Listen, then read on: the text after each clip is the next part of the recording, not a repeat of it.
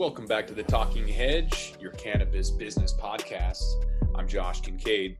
This was a big week for cannabis on the policy front as lawmakers introduced the Secure and Fair Enforcement, or SAFE Banking Act for 2019. A bipartisan bill was introduced that seeks to remove cannabis from the Controlled Substances Act, ending federal prohibition.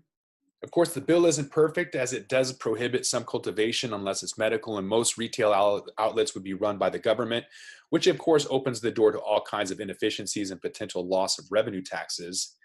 We've already seen evidence of this in states that only allow liquor sales through state-run retail outlets. Those outlets generate billions in tax revenues, but they also require operational costs such as leases and utilities. Privately run retail operations pay for all of these things, meaning that the end result is using just privately run retail outlets could even be more tax revenues for the state. Infor Financial Group, an independent investment bank advising on cannabis and mining deals, is preparing for a major shakeout in corporate credit as Canadian companies pile on too much debt. After more than 10 years without a major corporate failure, banks are aggressively expanding into corporate loans, adding to a debt pile built on the back of an ultra-low interest rate. Potential cracks have already started to show. Toronto Dominion Bank and Canadian Imperial Bank of Commerce, the country's second and fifth largest banks, bolstered provisions in the last fiscal quarter, citing a rise in corporate arrears among the reasons. Canadian companies' interest expenses almost doubled this decade. While Infor restructuring activity takes off, investment banks in Canada may continue to see a steady flow of mergers among the mid-sized and small players in the cannabis industry. Cannabis advisors accounted for about a third of the bank's revenue last year, with the rest coming from mining, financial services, and then other sectors. For that to happen, there needs to be a closing of the current gap between the values that small players think that they're worth and what the large players are now willing to pick them up for. There's still a few mid-tier players that'll pick up Canadian assets and try to push them in the top 10. So it's really that the mid-tier producers buying small-tier producers above the $1 billion threshold that have the most activity is going to be focused globally and outside of Canada. Federal Chairman Powell says that banks are in a very difficult position with cannabis. In a testimony before the Senate Banking Committee on Tuesday, the Federal Reserve Chairman Jay Powell said clarity is needed on cannabis banking regulations, and he'd think it'd be great to have that clarity. So cannabis was just one issue raised during the 2 days of hearing that delved into the U.S.'s economic backdrop. The subject wouldn't come up until roughly an hour and a half into the federal chairman's 2-hour testimony when New Jersey Senator Bob Menendez broached the subject. Menendez sought answers regarding the security risk posed by a billion-dollar industry operating entirely on cash due to federal regulations.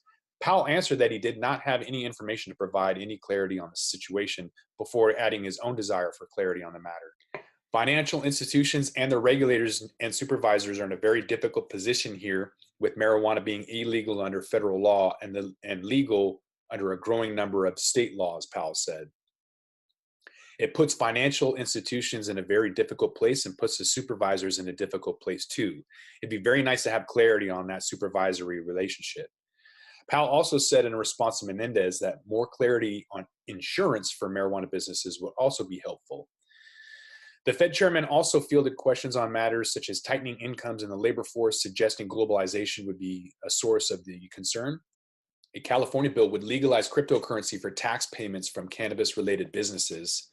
Lawmakers in the U.S. state of California have introduced a bill that would allow cannabis-related businesses to pay fees and taxes in stablecoins. The bill was introduced by the California State Assembly on February 21st.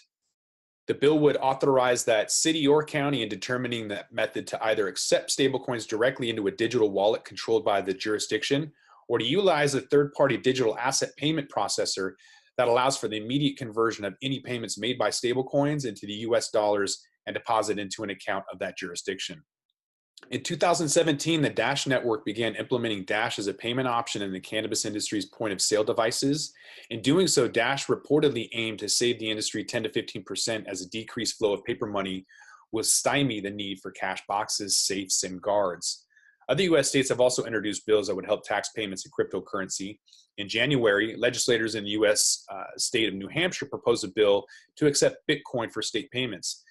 This bill requires that the state treasurer develop and implement the plan for the state to accept cryptocurrencies as payment for taxes and fees beginning July of 2020.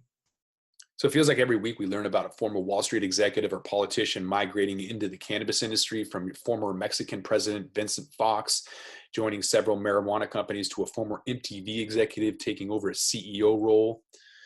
So this week we take a look at Morgan Stanley to marijuana. Resigns International, a Toronto-based cannabis trading company, will appoint Donald Stewart as its new chief financial officer. He leaves his executive director position at Morgan Stanley after 12 years with the company and was in charge of Morgan Stanley's Canadian International Trading Division. Resigns International is in the process of building food and pharma-grade extraction facilities in Colombia and Southeast Asia, seeking to establish itself as a leader in the global cannabis market. Management is disclosed that they're targeting an IPO offering in 2019 and also runs a operation in Laos, Thailand, and Colombia. And with that, we're going to roll this one up. If you want to like and subscribe and share, please do. If not, I'm out.